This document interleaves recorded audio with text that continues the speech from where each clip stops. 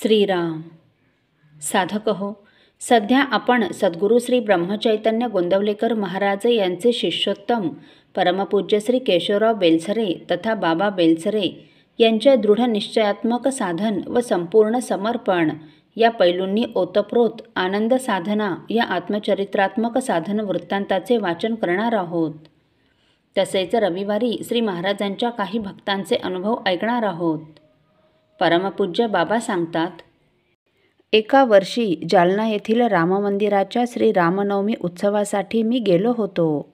श्री आनंदसागर ज्या घरात राहिले त्याच घरात मला जागा दिली. उन्हाळा असल्याने सगळी माणसे उघड्यावर निजत. मी एकटा त्या घरात निजायचो. पहिल्या दिवशी रात्री 1-2 वाजण्याच्या सुमारास त्रयोदशाक्षरी मंत्राचा अनाहत ध्वनी मला ऐकू येऊ लागला.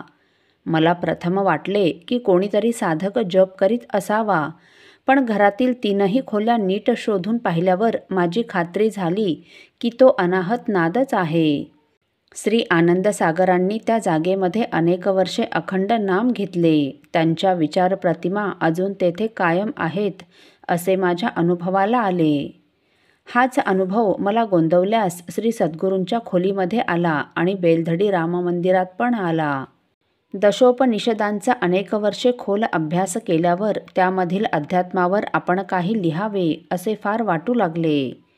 4-6 महिने लोटले तरी मांडणी कशी करावी हे काही केल्या माझे निश्चित होईना.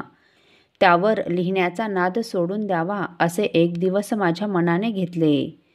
त्याच दिवशी रात्री स्वप्नामध्ये छापलेला ग्रंथच दिसला व त्यातील मांडणी पाहून दुसऱ्या दिवशी ईशोपनिषद लिहिण्यास मी आरंभ केला. तसेच एकदा पुण्याहून मुंबईचं यायचे होते. तिकिटे रिझर्व झाली होती. रात्री नाम घेण्यास बसल्यावर मला सूचना मिळाली की उद्या सकाळी जाऊ नये. मी तिकडे दुर्लक्ष केले आणि ठरल्याप्रमाणे डेक्कन क्वीनने निघालो. चिंचवडजवळ गाडी 2.5 तास थांबली. माझी सर्व प्रकाराने गैरसोय होऊन दुपारी 1 वाजता मी दादरला पोहोचलो. त्याचप्रमाणे माझे एक डॉक्टर मित्र यकृताच्या कॅन्सरने वारले. 2-3 दिवस गेल्यावर मी नाम घेण्यास बसलो की ते माझ्यापाशी आल्याचा भास मला होऊ लागला. 1 आठवडा याप्रमाणे गेल्यावर रात्री स्वप्नात ते आले आणि म्हणाले, अहो गुरु, मी रोज तुम्हाला भेटतो पण तुम्ही मला भेटत नाहीत.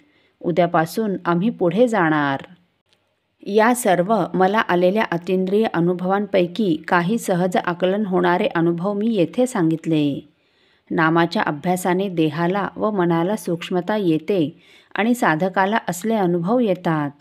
नामामध्ये आपली वाढ होत आहे हे दाखवण्यापुरतेच महत्त्व त्यांना द्यावे. त्यांनी हुरळून गेल्यास देहाची व मनाची सूक्ष्मता कमी होते व साधक नामभ्रष्ट होतो. नामाच्या खऱ्या अनुभवांना मी प्रचिती असे म्हणतो. वरील अनुभवामध्ये नामाची प्रचिती नाही. प्रचिती आली नाही तर वरील अनुभवांना किंमत नाही. देहाच्या कोणत्याही अवस्थेमध्ये तो मजपाशी आहे ही भावना जिवंतपणे टिकते. वाटेल तो प्रसंग आला तरी त्याची इच्छा खरी अशी निष्ठा टिकून मन अगदी शांत राहते. अंतकाळ समोर दिसत असताना बाकी सगळ्याचा विसर पडून केवळ नामाचे तेवढे स्मरण ताजे राहते. याचा प्रत्यक्ष अनुभव काही प्रमाणात मला आला म्हणून तर मी नामाला इतका चिकटलो. त्यामध्ये धोक्याची एक सूचना मी देऊन ठेवतो. नामाच्या प्रचिती कधी अधिक सतेज राहतात तर कधी अगदी मंद होतात. सिद्धांच्या अंतर्यामी त्या अखंड सतेज राहतात. ज्या वासनेमुळे, ज्या वृत्तीमुळे किंवा ज्या संगतीमुळे नामाचे अनुसंधान भंगते ती वासना, वृत्ती किंवा संगती प्रचितीला मंद करते. साधकाने त्या तिघींना अत्यंत सावधानपणाने टाळण्यातच शहाणपणा असतो. किंबहुना प्रसंग आला तर त्यांच्यापासून दूर पळावे. विशेषतः पैसा आणि मानाची किंवा मोठेपणाची हाव साधकाला हा हा म्हणता नामभ्रष्ट करून त्याच्या तपाचे वाटोळे करतात.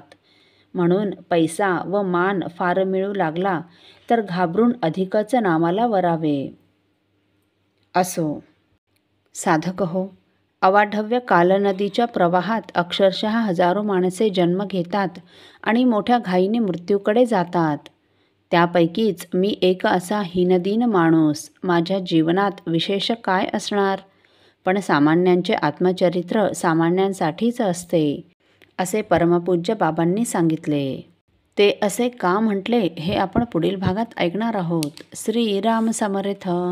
आपल्यातील कोणा श्रींच्या भक्तांना श्रींचे काही अनुभव आले असतील तर कृपया आपण मला ते 9422843253 अथवा सुनील दादांच्या 9892608401 या व्हॉट्सअप नंबरवर कळवावेत अशी नम्र विनंती.